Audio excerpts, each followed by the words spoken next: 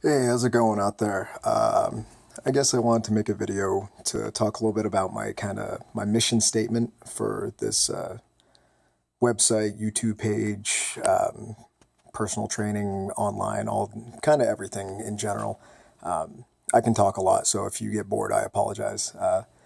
But I wanted to talk kind of about this overall reaching principle of it depends. And in fitness and in everything, people like to argue and debate about who's right, who's wrong. And in the end, the answer is almost never one of the absolutes of everybody should do this and nobody should do that. And the idea of nobody should ever eat gluten is kind of silly unless you have celiac, or nobody should ever do back squats.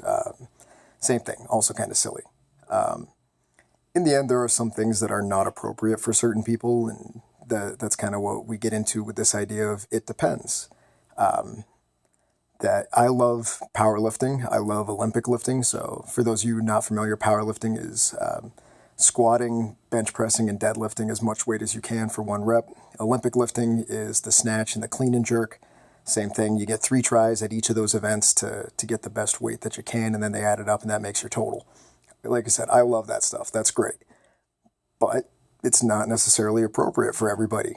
And the idea that, if you don't do the big three, the squat, the bench, the deadlift, then you're a pussy and, you shouldn't even bother lifting. That's just silly and it's old school. But the idea that nobody should do those things because, oh my God, they're potentially dangerous, it's just as dumb. Like I said, the answer almost always lies in the middle. And we have to look at each person individually and decide, is this appropriate or not? You look at their injury history, their training history, their goals. What do they really want to get out of it? And also then we start to look at, okay, what can their body do? What are their mobility restrictions? What are their structural limitations? What's their skill level currently at? The snatch and the clean and jerk take a lot of skill. It's not something that you can easily learn very quickly. Everybody's going to have a different aptitude and pick things up differently at different rates of speed. But you look at someone and go, okay, this person comes to me and says, I want to be a world champion Olympic weightlifter. Well, one, that's not really my wheelhouse. I can get you proficient at the lifts. I can get you pretty good at them and get you pretty strong at them. But if you want to be a world champion, then you should find a world champion coach. Like I said, I can get you up to a certain level, but past that, you need to find somebody who's better than me. I can kind of help guide you in that direction of what are the good questions to ask of a coach to see whether or not they hold water.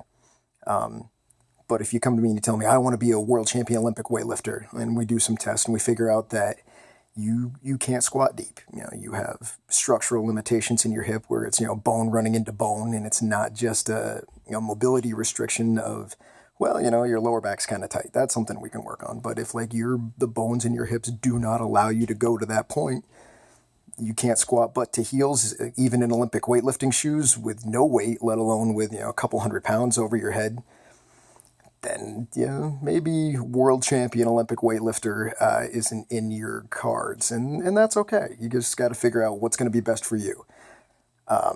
Same thing. You tell me you want to be the world's fastest sprinter. One, if you're not Jamaican, then as we've seen over the past couple of years, you probably don't have the best shot at that. And same thing.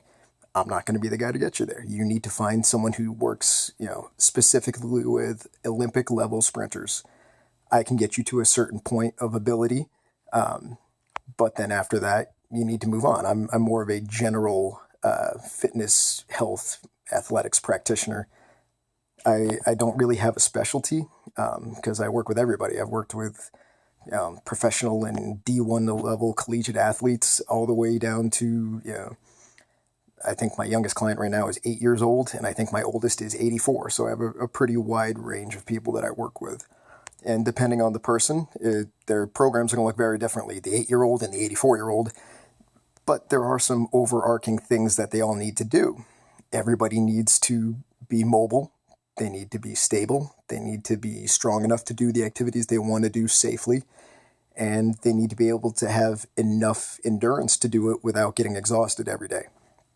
So obviously, the younger the athlete that I'm working with or client that I'm working with, typically the less overall just flexibility work that they need. The younger we are, the less mileage we have on us, the easier we tend to move. The tissues are a little bit more mobile, they're receptive. Maybe we do a little bit of dynamic warm up, but I don't need to have an 8-year-old spending 20 minutes foam rolling and mobilizing and stretching. And and a lot of people don't need that anyway. For some, that's totally appropriate. But we try not to stay there. You look at, I love Kelly Starrett. I did my mobility certification under him. He's a brilliant guy and has done a lot for the fitness industry of getting us to understand the difference between mobility and flexibility. That flexibility being the passive range of motion that you can send a joint through. Being able to sit in a split, that's great. But if you Google search vertical side kick, you can see a martial arts practitioner being able to do a standing split unsupported. That's going to be much more beneficial in the long run because now that's usable range of motion. It's the joint isn't just hanging out there; that it actually has the strength to move through that range and be supported. But like I said, that's a difference between mobility and flexibility. Everybody needs to be mobile. They need to be strong enough to do what they want to do. Same thing. I had somebody tell me the other day that they can now play with their grandkids without pain, that their back doesn't hurt, that their hips feel great. That's awesome to me. I love getting people to to win trophies and medals, and that's awesome. 6-pack abs are really cool, but being able to do the daily activities, the day-to-day stuff, that's where the real heartstrings get tugged. That's where you feel like you're really making a difference with people. Is just taking grandma who couldn't walk up the stairs, and now she can come up and down the stairs without pain and without fear. That's phenomenal. That's really my goal, is to get people to be able to do the things that they want to do. And regardless of what that is, like I said, if you want to be a world champion at something, I'm not going to be the only guy you need to talk to. I can get you to a certain point, but then we're going to have to move on to a specialist. And that's fine.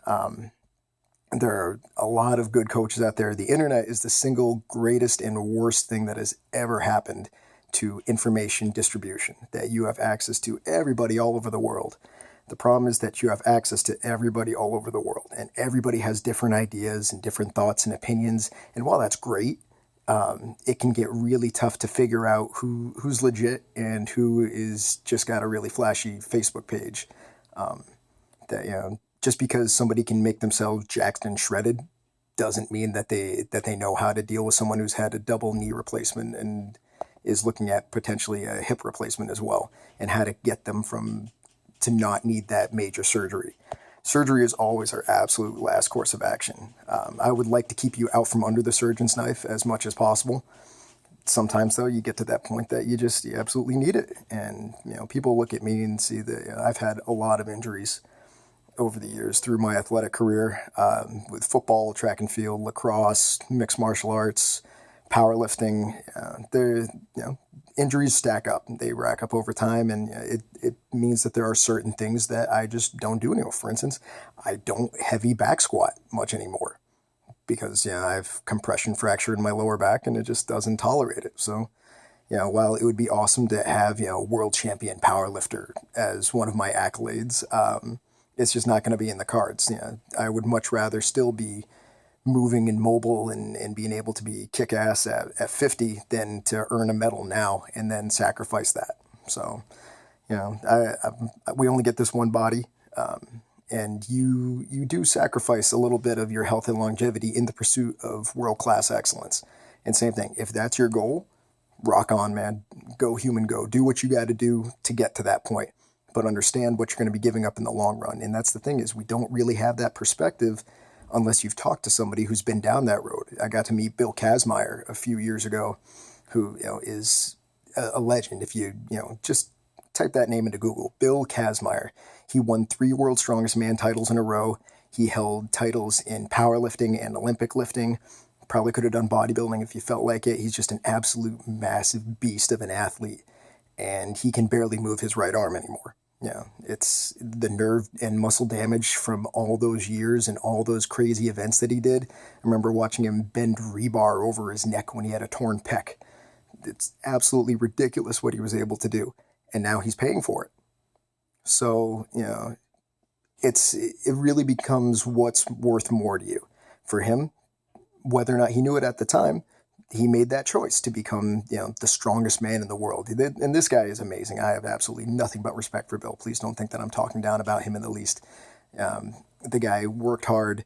He represented America amazingly well. They actually asked him not to compete in his fourth World's Strongest Man to give somebody else a shot at winning it. How crazy is that?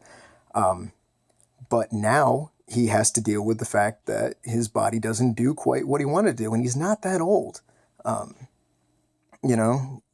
It does become a trade-off down the road, but it's not something you're really going to know until you're further down the line of whether or not it was worth it.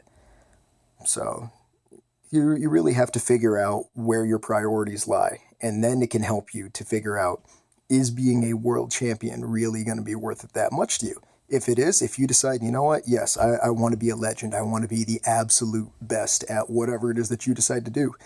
People will laugh at, guys that spend all day in their basement playing video games. And, but you know what, if the guy's a world champion at Halo or whatever, he's found something he's passionate about. Rock on.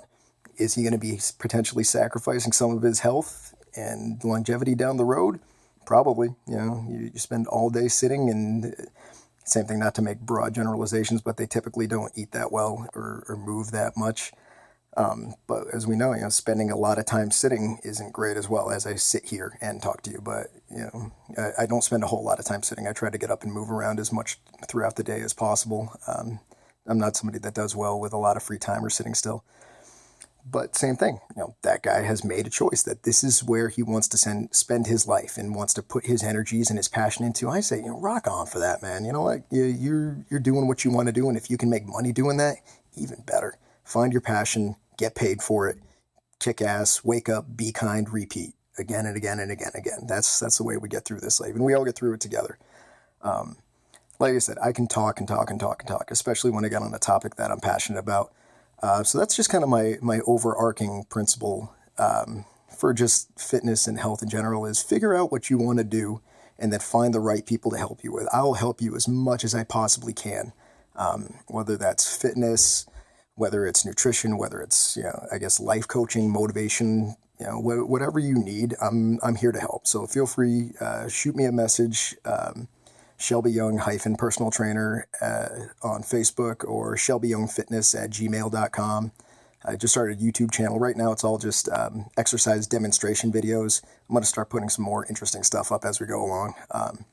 But yeah, I'm happy to talk and help with anybody. Like I said, any questions you have, I'm your guide. I'm your guy along the way. And if I don't have the answer, which none of us have all the answers, anybody that tells you they do is pretty full of it, then I can refer you to somebody who does. All right, take care.